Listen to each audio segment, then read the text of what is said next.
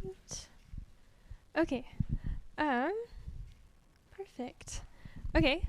Well, hello, everybody, and welcome to the 29th Annual Hopes Conference. We are...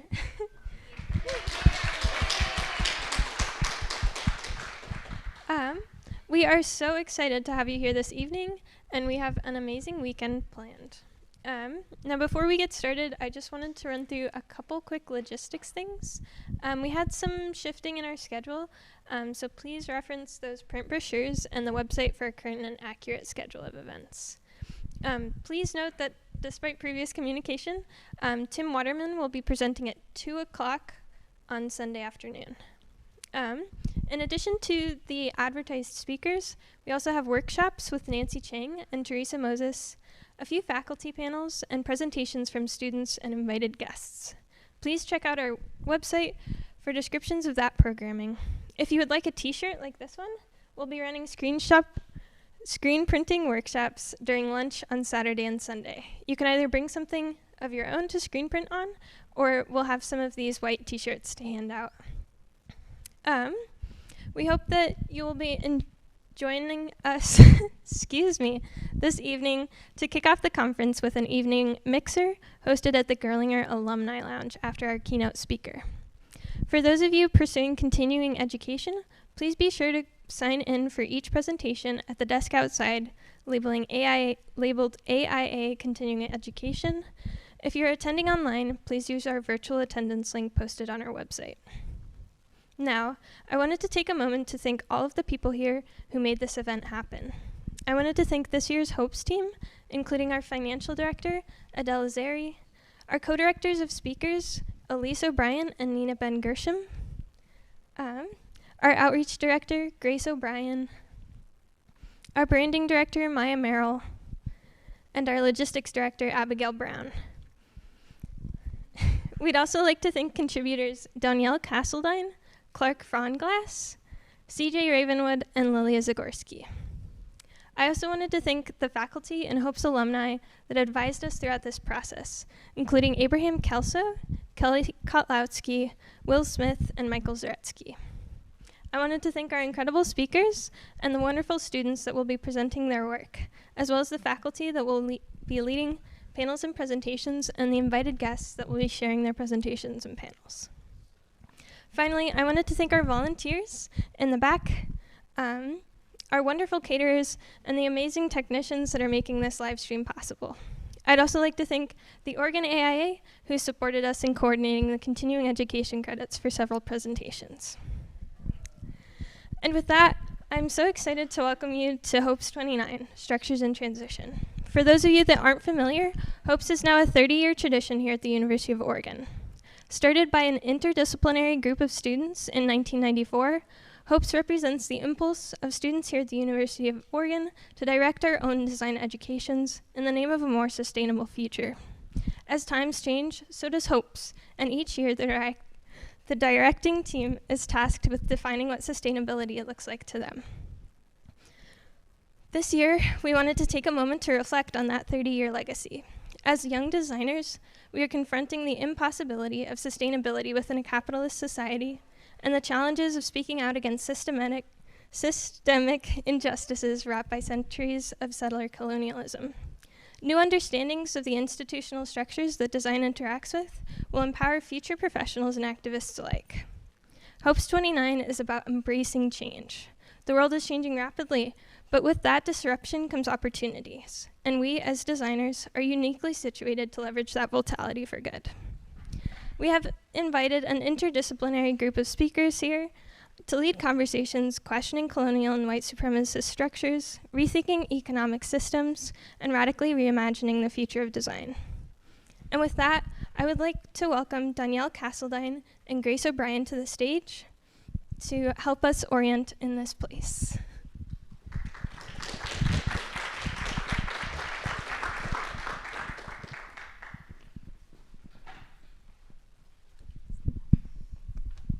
Hello. I'm Danielle. I hope you're enjoying getting to know the land while you're here. To welcome you to the 29th Hopes Conference, we wanted to introduce you to this place by reflecting on the University of Oregon's location on Kalapuya Ilihi, the unceded land of the tribal groups known as Kalapuya. Between 1851 and 1855, following disastrous epidemics and violence, treaties by the U.S. government dispossessed the Kalapuyan peoples of their indigenous homelands. They forcibly removed people first to the Coast Reservation in Western Oregon, and then to either the Siletz or Grand Ronde reservations. In 1954, Congress terminated trust relations with the Grand Ronde, Siletz, Coquel, Coos, Lower Umpqua, Siuslaw, and Klamath tribes.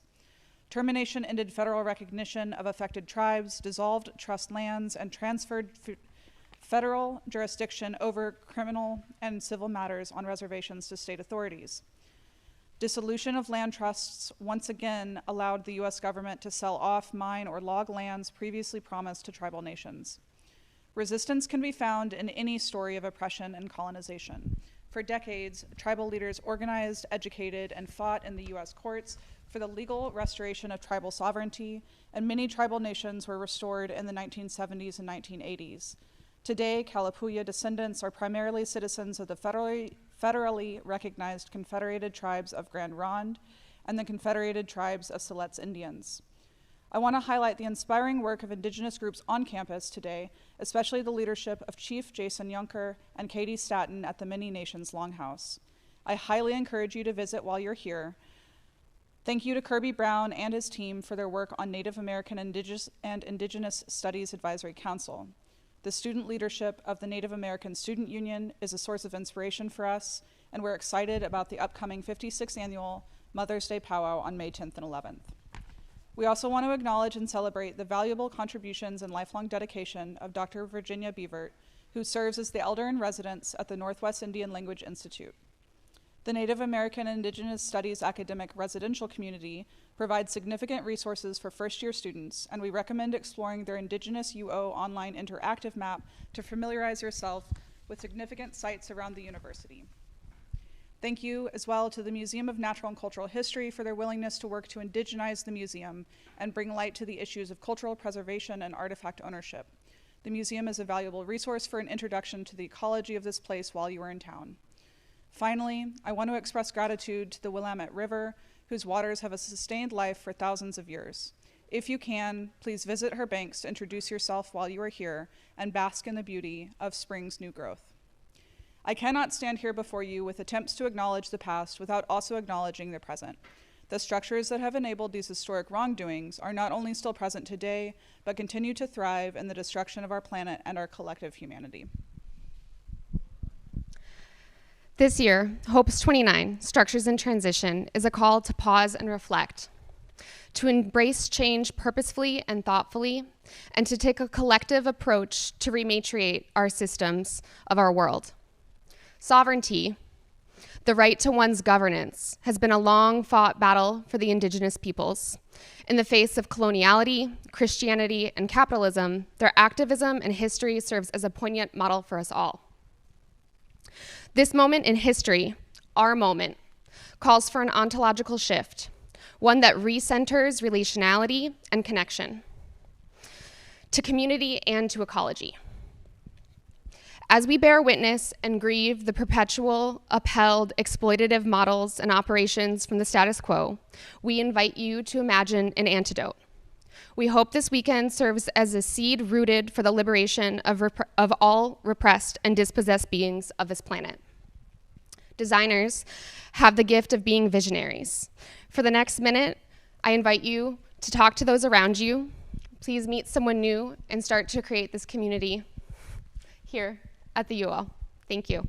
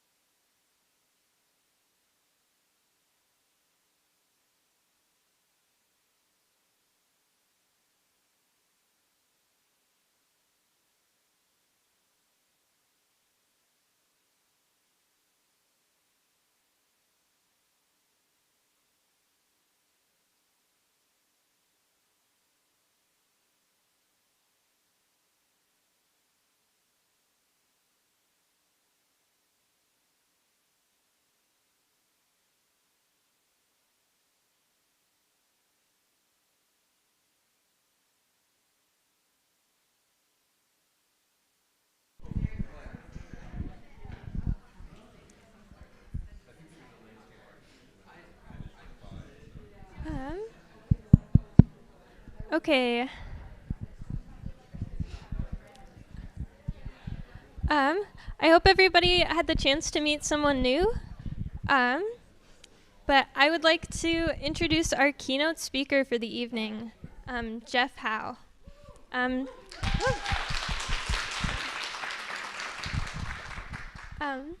Jeff Howe is a professor of landscape architecture at the University of Washington in Seattle, where he's taught since 2001. He currently serves as the director of the Urban Commons Lab and has previously held roles as the department chair of and graduate programs coordinator for the Department of Landscape Architecture. Professor Howe's research, teaching, and professional practice focus on community design, design activism, public space, and democracy, alongside social and environmental justice. Over the course of his career, he has worked with a diverse range of communities, including indigenous tribes, farmers and fishers in Taiwan, neighborhood residents in Japan, villagers in China, and inner-city immigrant youths and elders in North American cities. His projects have ranged from the conservation of wildlife habitats to the design of urban spaces. He has written extensively on the agency of citizens and communities in shaping built environments. His most recent book, Emerging Civic Urbanisms in Asia, examines the evolving state-civil society relationships and the governance of cities and communities in East Asia. He's also co-founder of the Pacific Rim Community Design Network, which celebrated its 25th anniversary in 2023. His work is recognized with several awards, including the EDRA Great Places Award in 2010, 12, and 18. Jeff has a multidisciplinary background in architecture, landscape architecture, planning, and public art.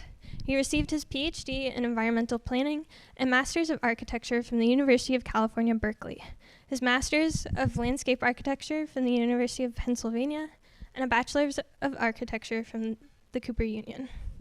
The HOPES team was inspired by Jeff's interdisciplinary background and his work in design activism and collective creativity.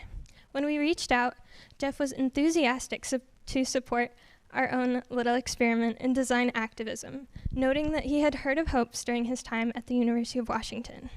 Jeff has been extraordinarily supportive of our team, and we are so excited to have him here in Eugene. If you enjoyed tonight's presentation, Jeff will also be participating in tomorrow morning's APRU Sustainable Cities panel, Designing the Future, Global Engagement in Design Education, which will be taking place in this room at 11:30. And with that, I would like to welcome Jeff Howe to the stage.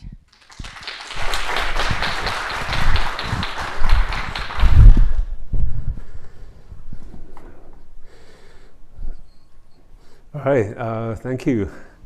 Thank you for the introduction, and it's such a pleasure and honor to be back at University of Oregon. I remember I first visited U of O when I was still a graduate student at Berkeley. This was back in, I think, 1997.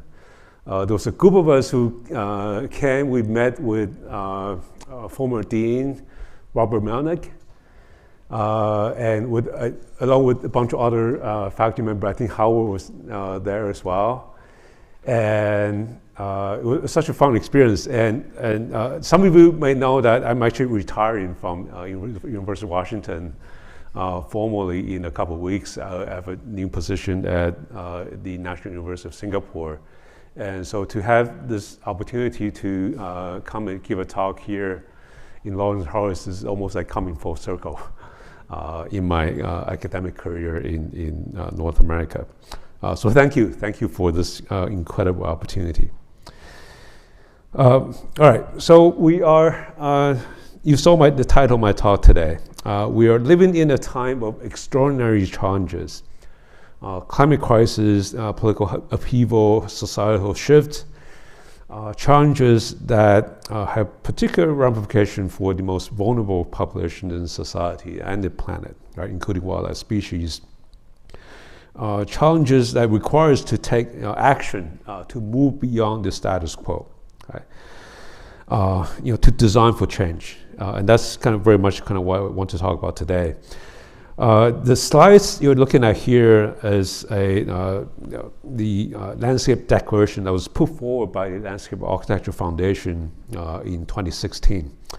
It represents a call to action to address some of the most urgent issues, including equity, sustainability, resilience, and democracy.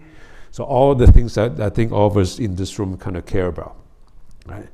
But how can we make change happen, right? What changes are we talking about? What is the role of design to facilitate change? And so in my talk today, I would like to suggest that to catalyze change, right, to make changes happen through design, we must empower design, right? We must connect design to the political process that is necessary to make change happen, right? We must also look at how design and engagement in the design process can serve as a vehicle for empowerment, right? So this is really kind of what I mean by empowering design. One interesting and I should say rather peculiar example of empowerment or empowering design is the work of Kongjian Yu, founder of the firm Terranscape and the dean of the College of Architecture and Landscape Architecture at Peking University.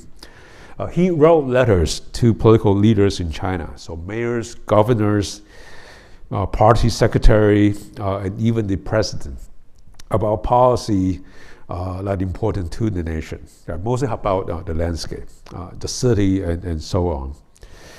And some of those letters apparently did get through, resulting in policies such as that of the Sponge City, that some of you may heard of, through which large parcel of land have been set aside for green infrastructure, as in the case of the Qinli Stormwater Park in the northern city of Harbin.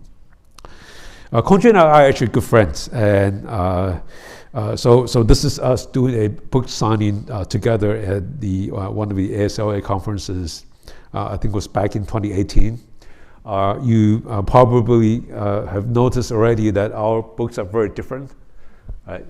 So Kongjian's book on the left, Letters to the Leaders of China. My co-edited book, along with many colleagues of ours, Design as Democracy. And so we each represent sort of a different approach. His was about leveraging the power of the establishment, right, as a response to the political reality in China, right, or opportunities that might exist in the system. But here in the United States, we have a different kind of political reality, right, which oftentimes is a bit more messy, and the processes that requires to respond differently to leverage the power and institutions of democracy. Right. So what I want to do today is to highlight just a few examples, right, using the system that we have in place. Right. And I'm going to show you cases in which we have either worked on or have come across in our work in Seattle. So first, to design for design to have a greater impact than it currently has, we must scale up design. Right? We must go upstream, if you will, to the policy planning and even budgeting level.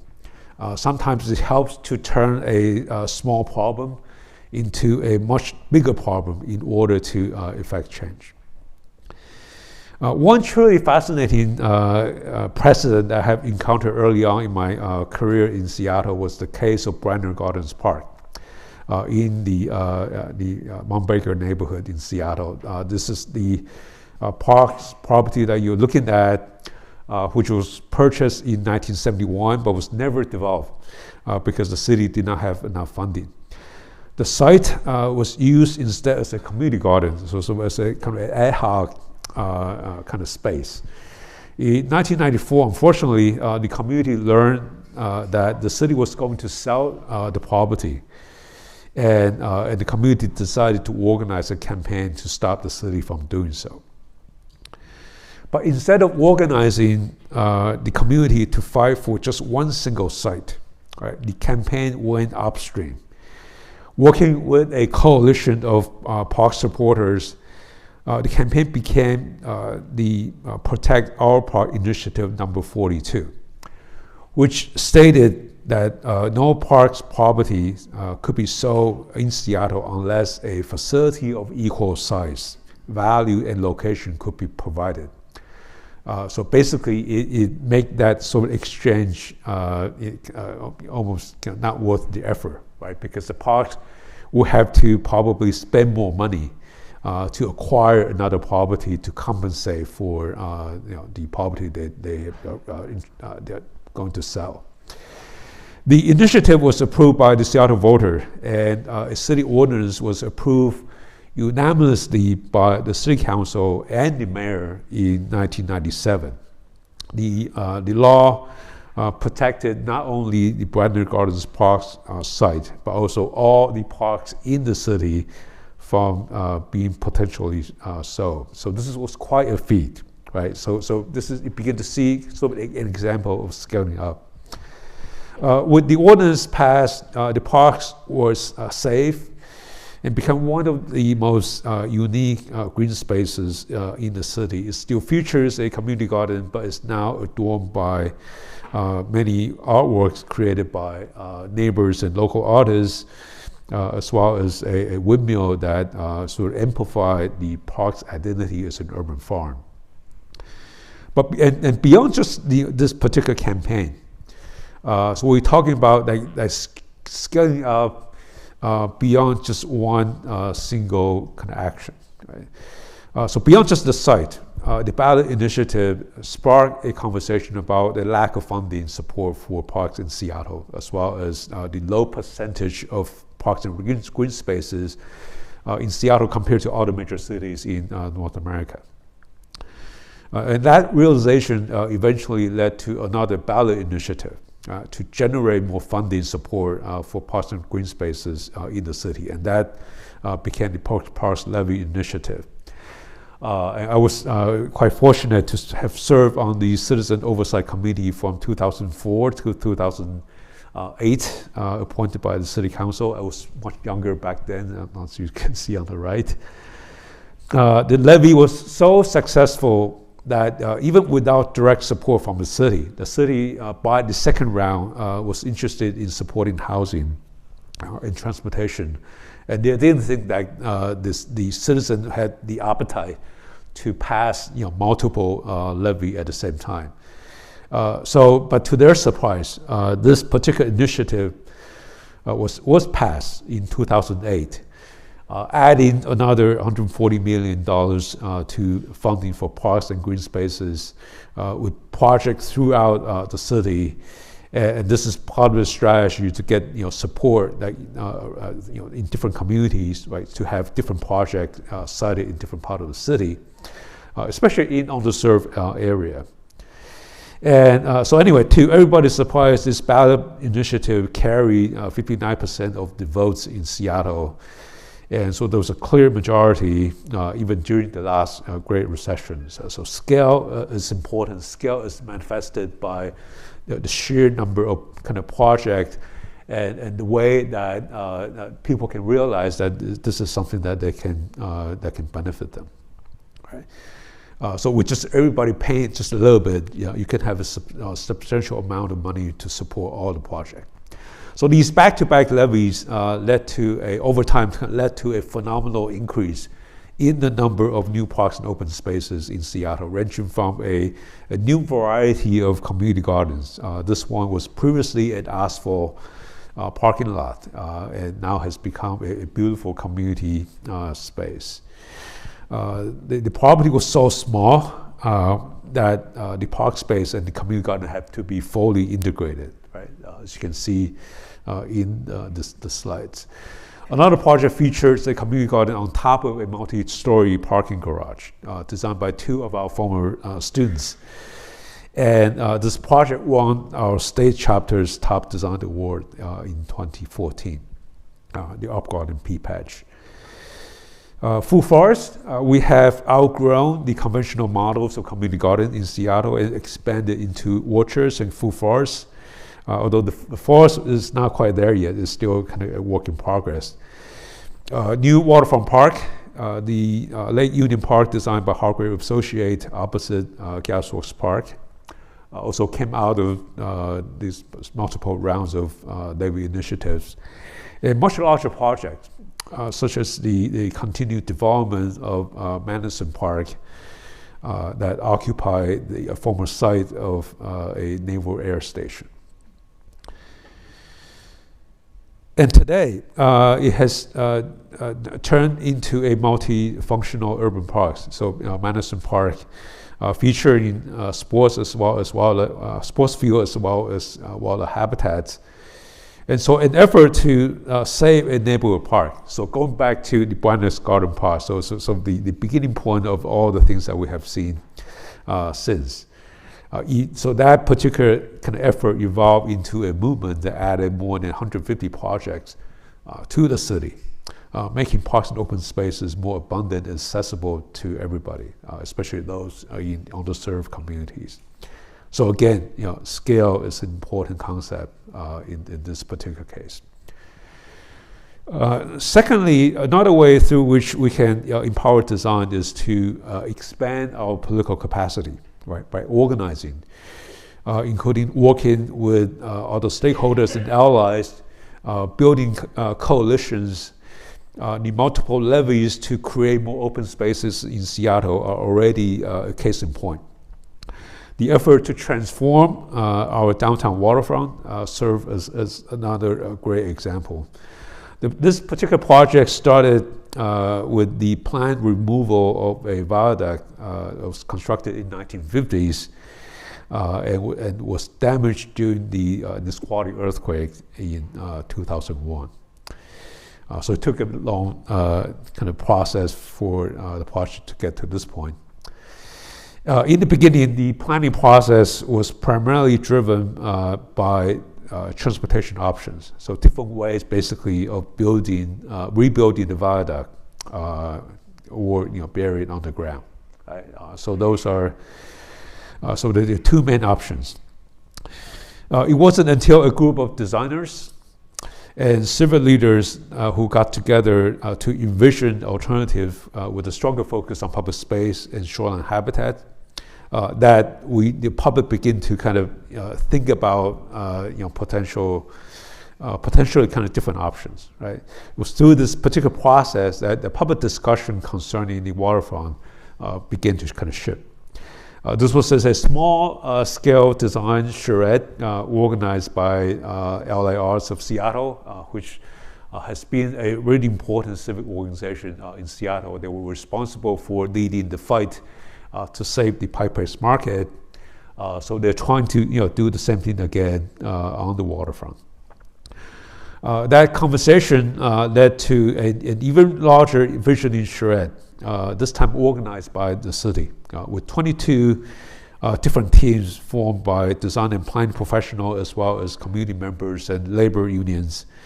The longshoremen they were very concerned about future development of waterfront, which may jeopardize their job, and so they tactically inserted at least one member in every single one of the groups.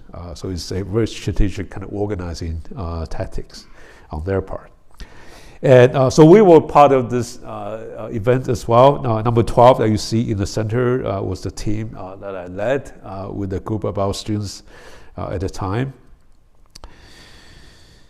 And then aside from these kind of more kind of formal outcomes, the multiple charrettes and the kind of policy discussion, another important outcome was actually a grassroots movement led by activist Carrie Moon, who formed the People's Waterfront Coalition and produced evidence against the rebuilding of the freeway through downtown. Right? And that became almost like Carrie's kind of life project since the time, and she really became a civic activist starting at that point. The election of Mike McGinn as the Seattle mayor, who campaigned basically on this one single issue of the waterfront redevelopment, represent a milestone and the beginning of the current waterfront redevelopment that we have seen today. And by the way, this was the first departmental lecture that we hosted when I became the department chair at UW. So we invited mayor to come to our auditorium. The waterfront project in Seattle has won numerous awards even before anything was completed. But if you look at just the rendering of the project, you don't really kind of get a sense of the full sense of the organizing and political processes that got the project to this point, right? And that's really is something that I think as a designer, as a planner, that we need to become more kind of cognizant about.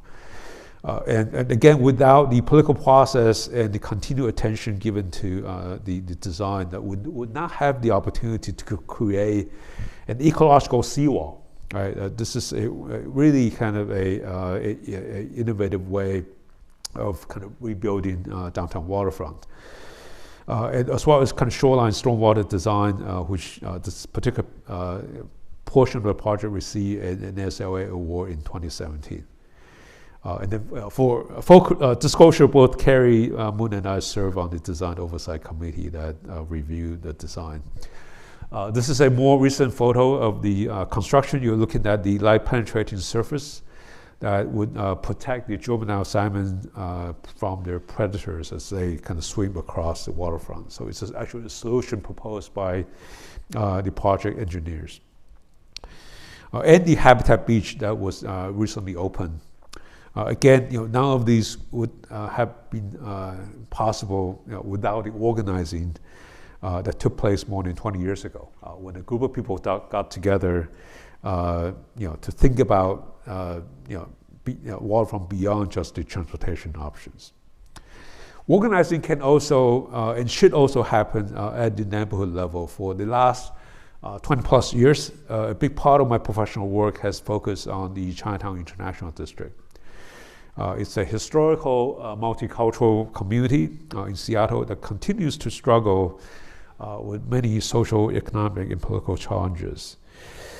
And so for the past 20 plus years, at the pace of most kind of one project a year, sometimes two, we have experimented with different ways of engaging the residents as well as community stakeholders with the purpose of not only improving the neighborhood's physical environment, but also using that process as an opportunity to build community capacity, right?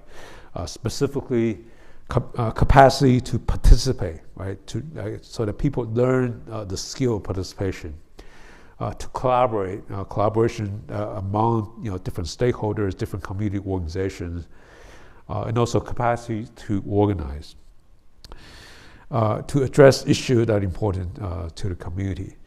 So here, design and design process represent opportunity for engagement through this is one kind of example, a technique that was called photo voice. Basically, we gave, at the time, this is before the smartphones, so we used this actual disposable cameras for people to take pictures of what they like and dislike. And really kind of using the photograph as a way for communication, right? A way to have a conversation about what people value in the neighborhood and what issues are, right? And really kind of the picture really kind of speak 1,000 words. And so the technique has been hugely successful. We have also experimented with design game. Specifically, the kind of game that we can embed into the everyday activities in the neighborhood. For example, this was a design game that we developed as part of an ESL class, so English as a second language, that adults in the neighborhood are already attending, right? Just like once or twice a week, people show up for classes, and we basically just insert ourselves into the class. We basically design a lesson around, designing parks, right? And here you see different parks elements that are labeled with both Chinese and English, and so people can pick up the vocab, right? The terms, they thought they were learning English, but also designing a park at the same time, right? So it doesn't require additional effort trying to teach people about the design process. This is something that we can embed into things that they're doing already. And also design game that build on skills and knowledge that community members already have. Here in the Chinatown International District, one of the strongest skill that people have is actually eating a buffet meal, which in our community is more like a competitive sports. This is so you have to make sure that you get in line like before everybody, otherwise there's no food left. Okay, so the game is called Design Buffet. It's probably one of the most successful workshops that we have ever done. Almost as soon as I announced that the game was going to be like a buffet, everybody got in line. Right? Not wasting time. And they know intuitively what to do. Right? And so they pick up the plate at one end of the table, they go through the table, they pick up the different design elements that are arranged like food, this aluminum trays. So we have the buffet line on the left, and then on the right, folks return to the table and begin to create a design that represent kind of what they would like to see in the park, right? And then people start to talk to each other, conversation happens, and we mix together young people and older adults in the neighborhood. And this way they can begin to kind of see the park from different perspectives. They can create this kind of intergenerational understanding as part of a design game, right? And so this is as much about like really kind of respecting culture in the community, as well as kind of building new skills that people can carry with them as they move through the design process, as they come back to participate in more workshops in the community. All right, so after many years of running studios and doing workshops, as well as kind of applying for grants, we managed to get a few projects built with help from some of our local organizations. This was one of the first projects that we got built, is the Manor Avenue Green Streets, completed in 2010. Developed by the Insurgent Community Development Association. And so this particular project, the concept actually came out of the photo voice interview that I just showed in the slides. And so people talk about the kind of plant textures that remind them of their home, right? They talk about these kind of amenities in public spaces, like places that they can sit. They talk about kind of these kind of clean forms that represent water, right? That make the community seem kind of tidier and kind of more organized, right? So those got translated into the actual design. Steve Daniel, some of you may know, was actually one of the designers that kind of took the concept that we developed and translated them into the actual kind of form making. Renovation of the Donny Chin International Children's Park completed in 2010, and no, actually 2012. This was the project in which we had the design buffet. So intergenerational design workshop, so even though it's a park designed for kids, we want as many people to come and enjoy as well, and then that will actually make the park feel safer because there are always people there, right? And so the design has to account for the needs of older adults as well as like teenagers and younger kids, right? And so intergenerational design workshop was necessary to make that happen. So again, none of these projects could have been realized without organizing. So organizing through, in this particular case, through a friends group that brought people to the meeting, right, to mobilize participation, to help with fundraising, to in workshops and one meeting after another, holding designers accountable to input from the community that was collected early on, right? And so organizing was actually a very critical part of that long process. Idea Space was another organization that we helped establish back in 2008. It began with the vision to become a full-service community design center located in the neighborhood that addressed not only design, but also business assistance, neighborhood safety, and real estate developments. Right? And then in the first 5 years, now it's been around for over 15 years. In the first 5 years alone, it has leveraged over $3 million in funding for projects in the neighborhood, including several parks and open space projects. So Children's Park project that you saw, that the money was in this part, right? And so this is kind of really an outcome of kind of organizing, right? Another important outcome of organizing was the dense networks of relationship that could be mobilized to take on new projects, right? So with every single project that we do, we are building, the new relationship with different stakeholders, with professionals that are interested in helping, with organizations that might be concerned about the outcome of a particular project, right? And that's sort of dense networks of relationship begins to kind of snowball, right?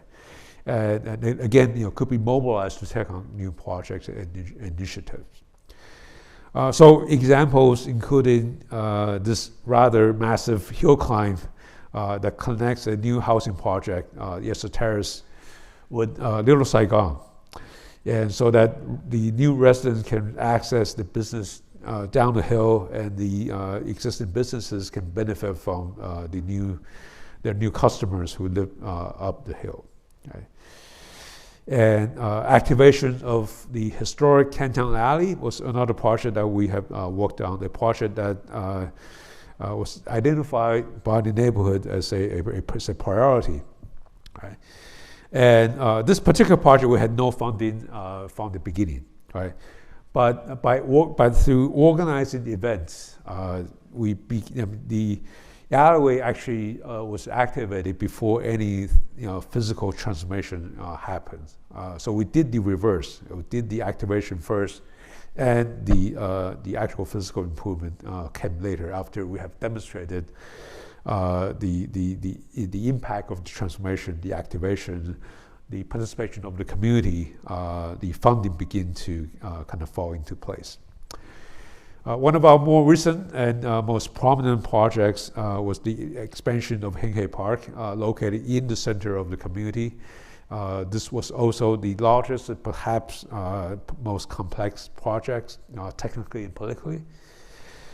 This was also the project through which we got to work with Terrainscape. So here you see Kong Jan in Seattle, who he actually visited Seattle 3 times to attend all the public meetings.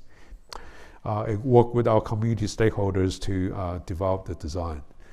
And it turns out that he was actually quite good at it. So not just writing letters to political leaders in China, he can be engaged in our kind of democratic process here as well.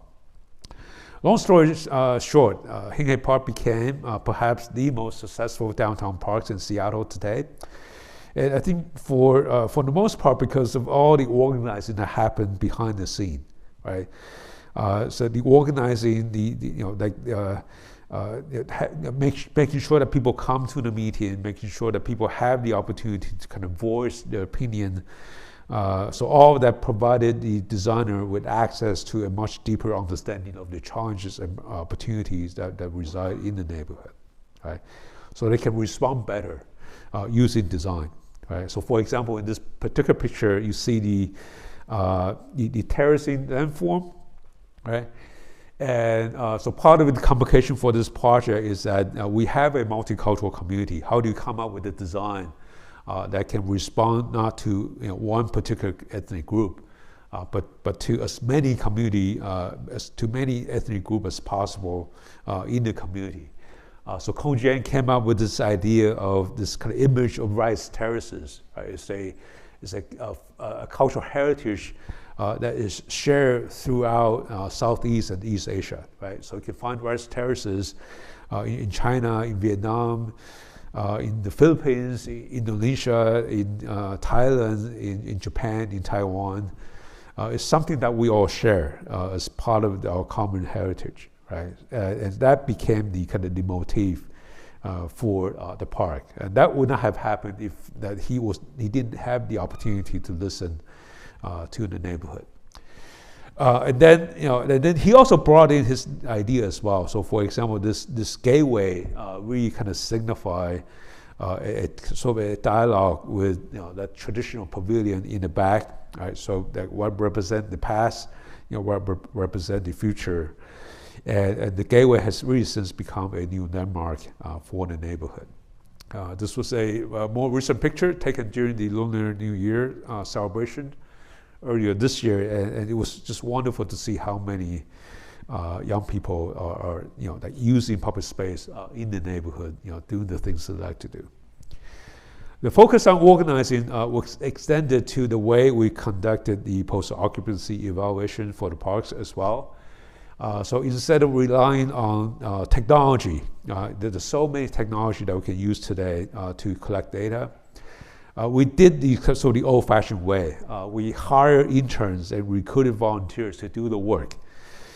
And because we saw this as an opportunity to organize and to build capacity, right? So these are the actual logs created by our interns and volunteers. So they went to the park at different times during the day, different day during the week. They counted people, they noted what kind of activity took place in the park, and also who the users are. Right? And this way they became kind of more familiarized with the process of doing post-occupancy evaluation. So they become more educated through this process. Right? We had interns producing maps that visualize the data. Here are the results of the site observation from Hinghei Park. So different times during the day where people are. And also that the different gradient of green represent different age group. So the darker, the older, you can see a bit of kind of intergenerational grouping, which is great. Right? So apparently, probably kind of parents and grandparents with kids. Right? This is the circulation pattern in the Dongqing International Children's Park. Based on the data that we collected, you can see that the plaza has really become intensively used and really brought people into the park. Right? So that was very much kind of intended as part of the design. Record of activities based on the collected data. Again, using design process, even post-occupancy evaluation as opportunities for organizing. All right, so that was kind of a long one. The third way through which we can empower design is to use design as a vehicle for action, right? To enable people to do things. Rather than waiting for funding or commissions, or the steps that might be necessary in the conventional kind of design process, right? It's important for us to think about how design can inspire action, right? To address urgent needs in society, things that we can do right away. Right? The phenomenal amount of mutual aid efforts during the pandemic actually serve as a great example. In Seattle, we had artists who donated their time or were recruited to beautify neighborhoods and support local businesses with their artwork. In the Chinatown International District, there were food deliveries carried out by volunteers and nonprofit organizations to serve the elderly and low-income residents. So inspired by what we saw in the community, a number of us, faculty members and students, including myself in the College of Built Environments, became interested in doing something similar, right? To really to leverage our skills and resources as designers and as somebody who are based in the university to serve those in need during COVID. In Seattle, housing was already a crisis before COVID. The lack of adequate access to washing facility to maintain personal hygiene became an additional challenge during COVID. Before the lockdown, folks on the streets still have access to community centers, libraries, public buildings. Those are open for them to use. But one after another, these places were closed during the lockdown, and folks on the streets were left with no place to go. The city of Seattle responded by renting units like this, which unfortunately was not only costly to maintain, but they were also vandalized quite easily, right? So, for example, the water dispenser, if it's run out of water, people got frustrated and they basically destroyed it. In March of 2020, and this is in the early days of the lockdown, one of my colleagues, Elizabeth Golden in architecture, came across a request by a homeless advocacy organization called Real Change. And so they were inquiring about whether they can get support from architect designers and landscape architects to address this issue of how like for the unhoused people to maintain their personal hygiene during COVID. Basically to have a place to wash hands, to clean themselves up. And so a team of us came up with this, basically a DIY solution. So it's a urban hand washing station that anyone can build, host, and make them available to folks on the street. It's a DIY solution that could be implemented easily with parts that anyone can purchase online or off the shelves from a store, right? So there are no, maybe one or two custom-made parts, but the rest of it is something that you can purchase very easily. And so all you have to do is just get all the parts and put it together and connect it to an outdoor hose bit, right? And you can have water in the sink. And so this is the project that we call Seattle Street Sink. And so here you see me, Tiffany McCoy, who's an organizer for Real Change, Bryce Merriman, who's a landscape architect, also a former student, Rick Muller, who's the current department chair in architecture at UW, and then Jerry Cross, who's the executive director of the Roots Young Adult Shelter, which is used to be just right across the street from our campus. We're missing Elizabeth in this photo, but she is a very important part of the group. Besides the sink, we added a bioretention planter to filter the gray water before it was discharged into the source system. And this is something that is legally required in Seattle. And the planter also was great as a way to beautify the streets.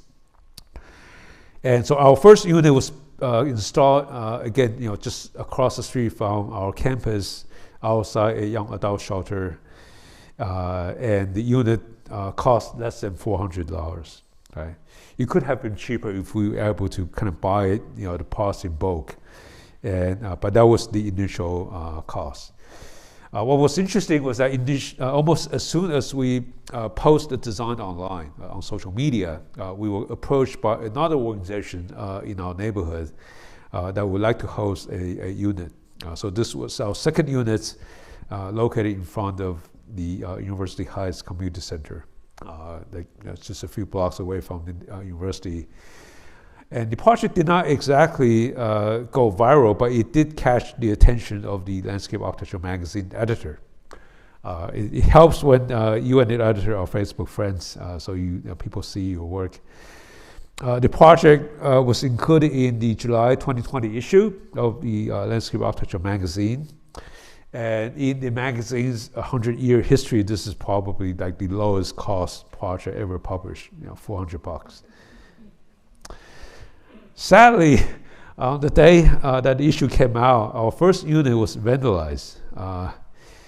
For some reason, all the legs were broken. Later, we realized that why this had happened, and the reason was that the staff at the Roots Young Adult Shelter, they basically just turned off the water after they get off of work. And I think people got frustrated because there's no water coming out of the sink. So we had to remind them that the faucet is actually automatic. It will shut the water down after like 15 or 20 seconds. Right? There's no need to turn off the outdoor hose bit. And actually, it was not the first time that sink was vandalized. It was like one instance in which one of the lakes just came up and just disappeared for no reason. But interestingly, nobody bothered with the plants. Right? The plants were doing so well. So Rick, so we had to repair the unit, and so Rick started to call the manufacturer because we couldn't get just a lake online. You can buy them as a unit, but you cannot just buy the parts. And so he started to call the manufacturer, and then once they realized that what we're doing, they sent us these boxes of lakes for free. So which is great, and it really shows how this kind of mutual aid effort can be contagious, and design can be enabling. Right, going back to the point I'm trying to get across.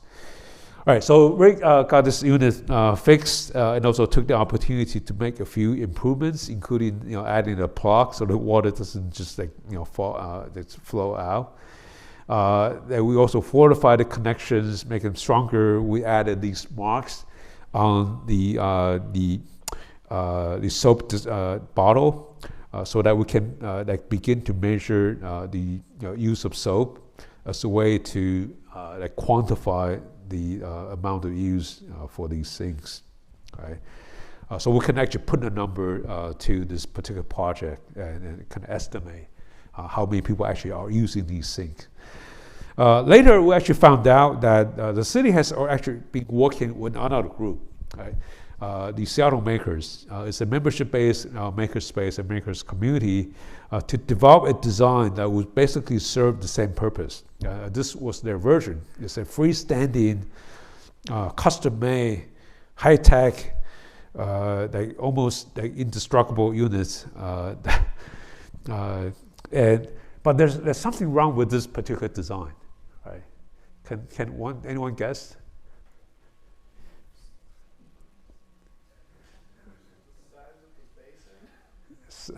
Maybe, yeah. Size of basin could be problematic. We have this sink. We actually realized that people were not just washing hands; they were doing laundries in the sink. And you can imagine, the unhoused people, the kind of needs that they have, right? So obviously, you cannot do that here. But there may be other problems. The real challenge here is that the price tag of this unit is more than $7,000. And it's almost 20 times the cost of our project. And so to this day, I'm not aware of one being built and installed in the city. In contrast, our project is completely open source and freely available online. This is our website. If you go to our website, you can find the drawing, you can find the specs, you can find the instructions that you can build one for yourself.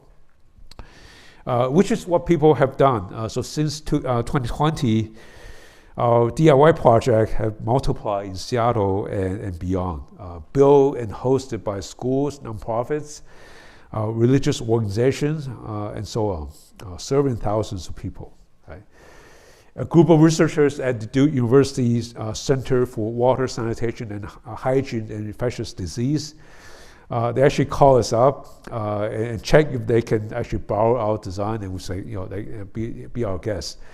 So they created a program with more than 20 sinks located in public spaces throughout the city of Durham, in North Carolina. So the project like this can allow designers to test ideas, to work with others.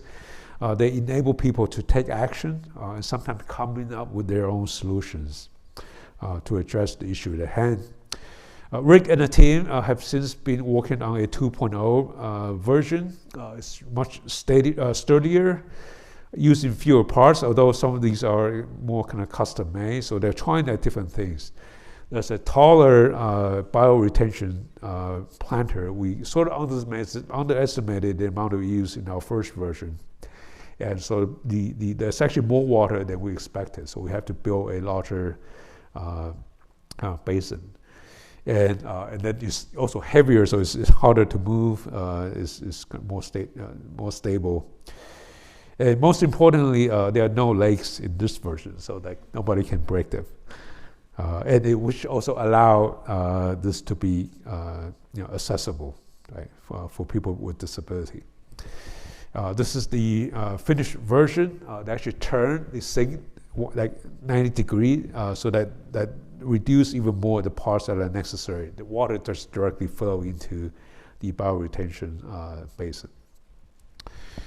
So we donated this unit to a Sikh temple in Renton, just a city just outside Seattle. So while the project was getting attention, it was still not enough to meet the overwhelming needs in the city. So we went back to this idea of scale. In 2021, our homeless advocacy partner, Real Change, worked with members of the Seattle City Council to put the project on the city budget for the following year, and in which $100,000 was allocated to support making publicly accessible sinks throughout the city. So again, actually all the things I've been talking about today, so scaling, organizing, and enabling really kind of come together in this particular project. Right. These are just the location towards the end of 2020, so just within a few months. We have quite a few things already throughout the city. And we know it's not quite enough to meet the overwhelming needs, but in times of emergency, in times of crisis, I think we can. This is something that we should be doing, right? So let me start to conclude. To empower design is to use design as a vehicle, to bring people together, to mobilize their resources, their energy, their imagination to make change happen, right? As we have seen in many examples in this particular presentation. To empower design, as we have seen in many examples today, we must make the design process more open source and open border as well, to enable a greater range of actors to become involved, to contribute their skills, knowledge, and resources to produce change, right? To become part of the change. If we act alone, our impact will be rather limited, right? So more engagement, more participation can also mean greater power for change.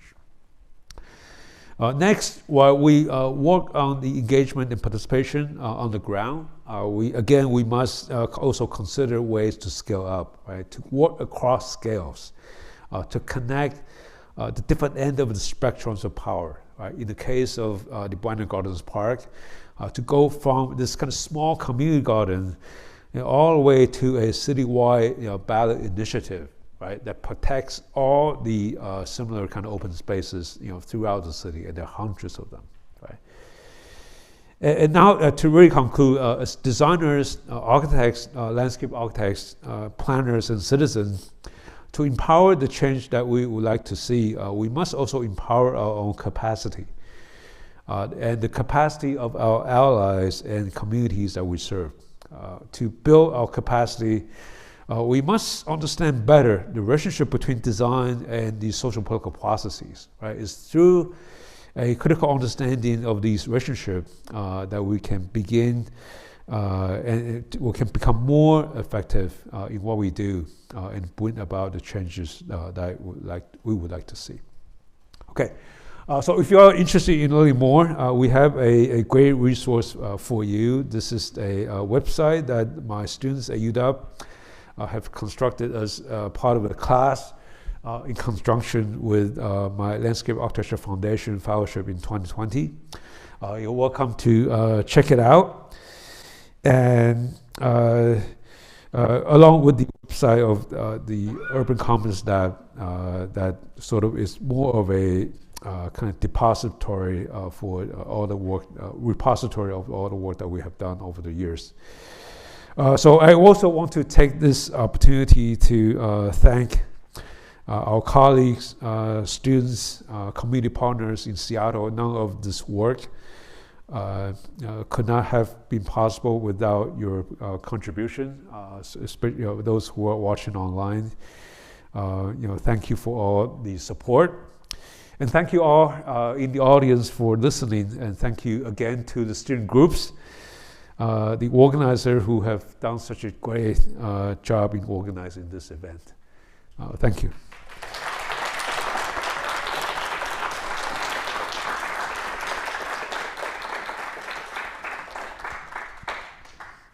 And I believe I'm supposed to take a few questions. Yeah. So we've got a couple questions prepared before we move into audience questions. So I had a quick question. Yeah. You talked a lot about like various scales in design and working on scaling up. I'm curious, you started your education in architecture and then moved into landscape and planning. Uh-huh. Can you describe that journey for yourself and sort of what that meant? Yes. Yeah, that's actually something that's very connected to this idea of scale. So I basically went from the scale of architecture to landscape, right?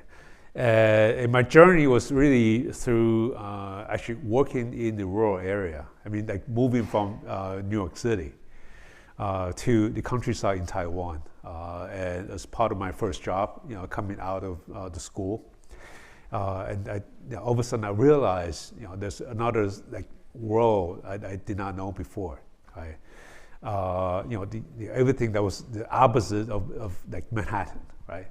Opposite of architecture that I was trained to do, right? We had to talk to people, and that was like I don't know, revolutionary, coming out of architecture. I hope the field is somewhat different today than like the context I had to go through back in the 1980s. And those were things that we were kind of struggling against. And so I became interested in landscape partly because I was working in the rural area. I was interested in ecology, in natural processes. I see that as sort of an extension of architecture. It's all part of the built environment as a thing that I missed in my undergraduate education. And so I became interested in landscape. I went to Penn. Ian McCarr was still teaching at the time. There were a lot of kind of great people at the time, and it was a very eclectic kind of period in the department of history. And it was a great journey to come all this way. And it also is sort of leading me to my next job. So I'm going to be the department head in architecture at National University of Singapore in about 2 weeks. It's an opportunity for me to kind of bring all the things I've done before and work with another group of people across different disciplines, right? Again, back to the idea of scale. I mean, what's great about landscape architecture education is that you learn about the different scale and how you need to kind of constantly kind of operate between those scales. So not just one scale, right? You see the issues differently if you begin to kind of zoom out, right? But to get things done, you need to kind of zoom back in, right? So constantly kind of go between scale, like zooming in and out was a very important part of my education in landscape. So I encourage you all, folks who are in architecture to at least take a landscape architecture class. Like students in different fields that team up with each other to work on projects together, and there's so much to learn from each other.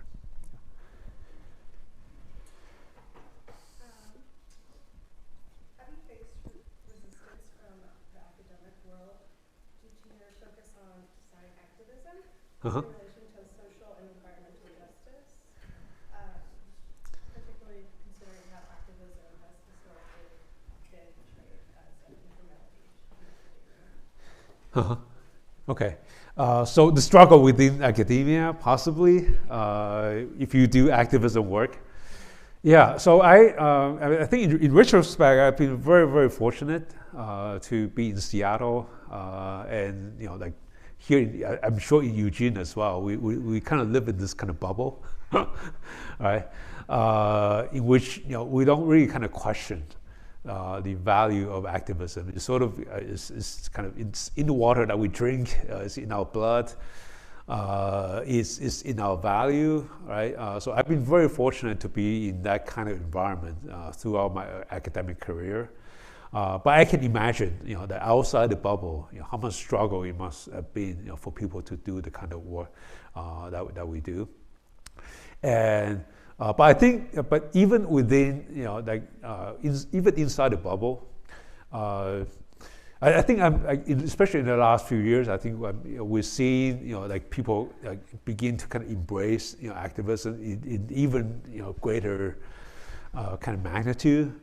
But a lot of time is there's a lot of kind of lip service going, the whole practice of DEI. I don't know what the acronym that you use here. We call it JEDI in our college, right? So we do the things that sounds great, but what is the actual impact on the ground, right? And that, for me, is the struggle that I have experienced over time. I've been very fortunate to have community partners who share the value, and so that our project can get built, the capacity building model can actually work. But without those partners, none of these projects would have happened. And so to have kind of ally, beyond academia, I think is critical, for academics. And as academic to be involved in activism, we need to go beyond academia, right? We need to look at the actual impact on the ground, right? So not just another interesting studio project that we do, right? I think students can learn more once they become engaged in the actual process, right? And so in our department, almost all event studio work with actual clients, either a city agency or a community organization, because we need to make it real for our students, right? And we need to make it real for our community partners as well. And that's it's not easy to do that. So for me, the real struggle is really, to make that connection between academia and the outside world. I hope that answers your question. I guess we have one more question before we'll jump into audience questions. Yeah. I'm curious, you talked a lot about the value of organizing. Can you speak a little bit to that specifically in relation to the climate crisis? Yeah, I mean, I had this conversation with Billy Fleming, who has been one of the leading voice for new Green New Deal. There's a whole movement, right? The Sunrise Movement, right? And that really is that to get a law passed in Congress. Imagine the magnitude of organizing that has to happen to make that work, right? So you need to have people, go and testify, right? You need to organize at the local level. The Sunrise Movement is not just a national movement; it's also a local movement, right? So you need to get law passed, at the city level, at the county level, and so none of that would not have happened kind of without kind of organizing, right? And so to get and really to for the society to really confront climate crisis. I mean, the political institutions is something that we must kind of work with, right? To change the law, right? To reduce carbon emission, right? People are not going to do that voluntarily, right? You need to have institutions in place. You have to have a law passed, right? In order to make that happen, you need to kind of organize it at the local level, at the national level. You need to create a coalition of organizations, right? Working with labor unions, other kind of stakeholders that might be on the opposite end of the spectrum, right? But you need them to really kind of build the momentum, to build the coalition, right? Otherwise, the movement is going to be divided, right? We are not going to be able to accomplish, the things that are necessary to make, the real change happen, right? So organizing is absolutely critical to dealing with climate crisis. Yeah. Thank you. I guess we can jump into audience questions. Does anyone have anything? Yep. Oh, yeah.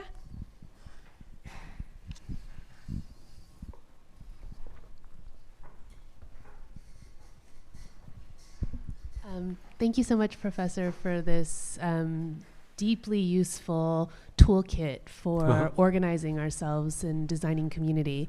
One question I had specifically about the idea around design democracy is how you do or do not incorporate more than human voices within these urban ecologies when thinking about design considerations.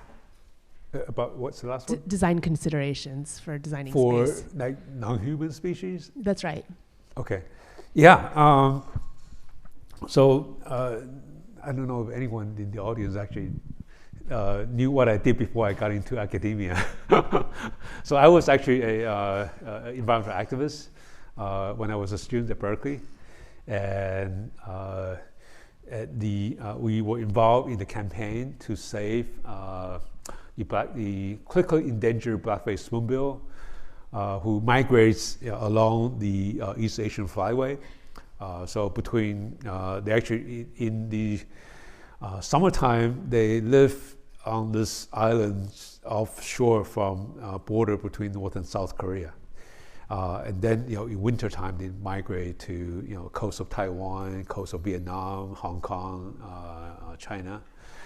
And so that was actually a project where I sort of cut my teeth in design activism, in design democracy. And so in order to protect the species, again, they were threatened by a new industrial development on the coast of southwestern coast of Taiwan. We had to come up with an alternative development plan to convince the local people that you could have economic development along with wildlife conservation. Right? And so we developed a model for ecotourism, and we developed there's a whole kind of proposal for the green economy, like really kind of leveraging local agriculture practices, local resources, aquaculture, fishery, to create sort of a new economy and to really can add value to the production that was already happening. And that's actually how we became successful, because we were able to come up with an alternative design. Right? This is also design, right? Designing the local economy, designing they were also the kind of land use plan that we came up with. Design ways that people can integrate conservation with local economic development. If we just fight the industrial development project through the environmental impact assessment process alone, that would not be enough. That we need to build a political support. We need to build support among the local community for a real alternative. Right? And so what was interesting was that when we first took on this project, the local community was actually very divided. Right? There were people for jobs, right? They wanted to have jobs, and the people who wanted whose job might be threatened by the new industrial development. And then we started to have conversation about ecotourism, about ways to bring ways to create tourism in the local community. And then people started, and this is very Taiwan, that people started to open restaurants right away. Right? The first thing that they do is anything to do with food. So they open restaurant and tourists begin to come. And then people who were on the opposite end of our campaign, so people who were pro-job, pro-economy, pro-development, they realized that instead of waiting for the industrial development to happen, it's actually much quicker for them to make money from opening a restaurant, from hosting tours for people from the outside. And the dynamics started to shift when that happened, right?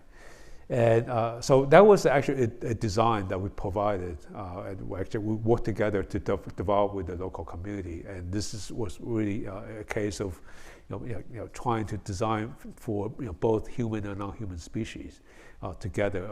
I think as the environment become more urbanized, as the system become more interconnected, I think the opportunity for us to kind of make that argument, right? To connect non-human and human species in a way that that we can all benefit. All right, other questions? Do we have time? Yes. Ken, yeah. My department chair. Thanks, Jeff. You talked about a lot of cases here today where the outcomes have been really successful, but I also know in a lot of community engagement work, there might be a really strong idea and there might be really strong momentum in the beginning. You might reach the capacity of the community to continue to have interest, or political priorities change. Right. Can you talk about some of the lessons you may have learned along the way when a project has shifted in that regard? And what's the role of the designer and the design community to either push things forward or to back away? Yeah. That's a really good question. So I should say that all the success we have had in Seattle was actually built on the mistakes that we have made in Taiwan early on in my career. So I learned all the lessons, all the things not to do in community engagement before I came to Seattle. Right? And so, one of the first community meetings that we organized, only 2 people show up, and those 2 people were actually one is the head of the community association, so he had to be there. And the other was the neighborhood. We have this system of neighborhood manager, neighborhood chief. It's an elected position in Taiwan. He had to be there as well. So two captive audience. And so out of that, we learned that we need to kind of tap ourselves into the community. We need to embed ourselves into the community, right? And so. So the way we work in Chinatown International District, so we first, developing these kind of relationship with our community partners, right? We leverage the things that are already happening in the community, right? So we had done community engagement as part of a Thanksgiving dinner. That was already happening. So the hundreds of people already there. We don't have to recruit people. We just show up. We had boards. We had the games that people can respond to. It was wildly successful because people were already there in the room, right? And so that was based on the mistake that we made early on in Taiwan, which we're still seen as outsiders. We timed the meeting at the wrong moment during the day that people were busy with their lives. So we learned how instead of a community meeting, we have open house that would last for 2 or 3 hours. People can come at any time during that window of time, right? So a lot of things that we have done today were actually based on the mistake that we have done earlier. This is not to say that we have no challenges. In Seattle, we still struggle quite a bit. One recent example was a studio project that we did focusing on Cal Anderson Park. Right, we had this guerrilla garden that was built as part of the Occupy movements back in 2020 after the murder of George Floyd. And the city has been trying to kick the gardeners out because they were not there. They never had any permission to use that space. And the garden activist has been holding on to the garden as a way to get the city to stop doing the sweeps, right? To kick the house people out of the park.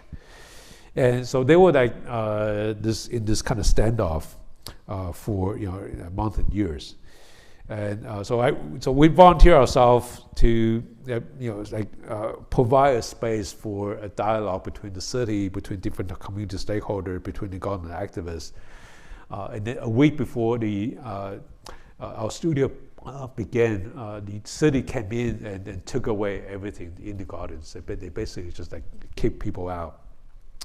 And at that point, there was like no way to continue the studio. Like the activists were not interested in talking to the city. The city lost all the credibility, with people who are interested in keeping the garden, and then because this is such a racially kind of sensitive issue, a lot of the communities groups are kind of standing on the sideline. They don't want to be involved. You guys sort it out. So that was a moment in which I realized that. This also came out of the studio, that we had outside guests who came to a studio and they were critiquing students' work.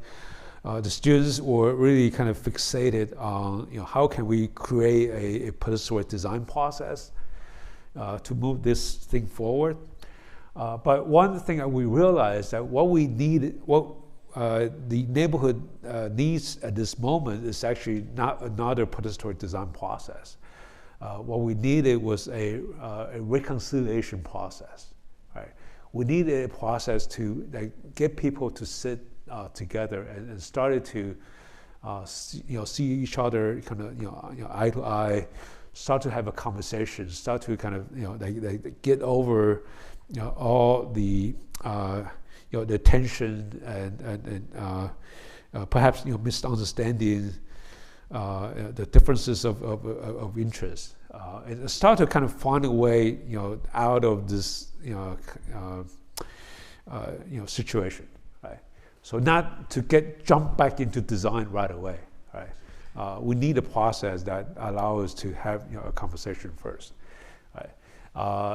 So that is still a continuing struggle, but at least I think I think we learned something from this process. So like the studio project can completely fail, but I think it's still a great learning process for the students. So don't worry about making a mistake.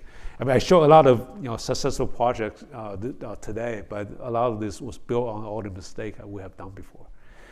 So I think we should not be shy away from making mistakes, and I think we make the right choice of continuing with that studio, even though we knew that nothing was going to work.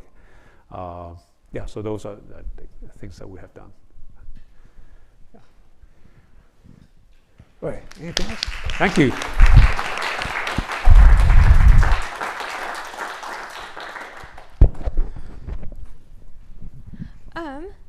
Wonderful. Okay.